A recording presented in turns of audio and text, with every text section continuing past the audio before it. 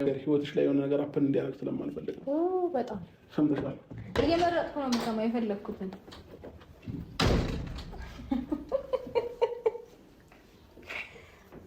ሰው ነው ፈጠራችሁ። ደስ ሲል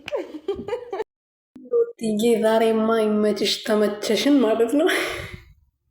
አብረንም በደንብ አርጋ አቃጠለችው፣ አንጨረጨረችው ማለት ነው። ደግሞ ለእሷ ስነስርዓት እያዥ ይላታል። እሱ ስነስርዓት ምን እንደሆነ አውቆታል ሲጀመር ማለት ነው። እሱ ነበረ ከማንም ጋር ሲለጣጠፍ የነበረው። እንዴት ነው አንድ ቀን እንኳን ለማታቂ ሰው እንደዚህ ስትሆኝ የነበረው ብሎ እሷ ላይ ሲጮባት ነበረ ማለት ነው። እሱም ደግሞ ከማን ጋር እንደተለጣጠፈ እንዴት ሲሆን እንደነበረ ሳይፋታ እንዴት ሳያደርግ እንደነበረ እራሱን በደንብ ገብቶ ቪዲዮቹን ያው ማለት ነው። እና ወንድዬም ልክልኩን ነግረዋለች።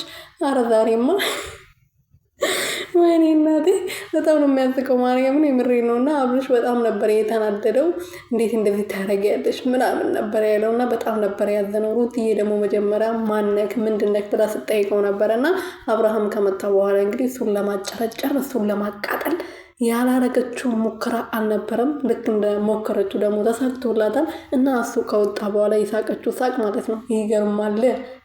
ለካ እንደዚህ እንደምትንጨረጨር እንደሚያንገበግብ አላቅም ነበር። ለእኔ ደግሞ ሰላይ እንደቀጠርክም አላቅም ነበር። እዚህ ቤት እንድንገባ ስትለምነኝ የነበረው እኔ ስወጣ ስገባ እኔ ምን ላይ እንዳለው ለማወቅ ነበረው። ምን አገባ እኔ ከህይወት ወጥቻለሁ። አንተ የራስህን ህይወት ጀምራል። እኔ የራሴን ላይቭ እየኖርኩ ነው። ስለዚህ እኔ የመከታተል መብቶም የለም። ከማን ጋር መሆን እንዳለብኝ ደግሞ እኔ አውቃለሁ። ደስታ ልክ እንደ ስሙ ደስታዬ ነው። እሱ እኔን ደስተኛ ሊያረገኝ ነው የመጣው በማለት ስትነግረው ነበር። እና ለማንኛውም አብርሽ ከዚህ በላይ አትንጨርጨር። ከዚህ በኋላ ሩቲ በደንብ አድርጋ ታንጨረጭራለች ማለት ነው። እና ይመቻችሁ። ለማንኛውም ሩቲ እየተመቸሽናል ዛሬ። እናመሰግናለን።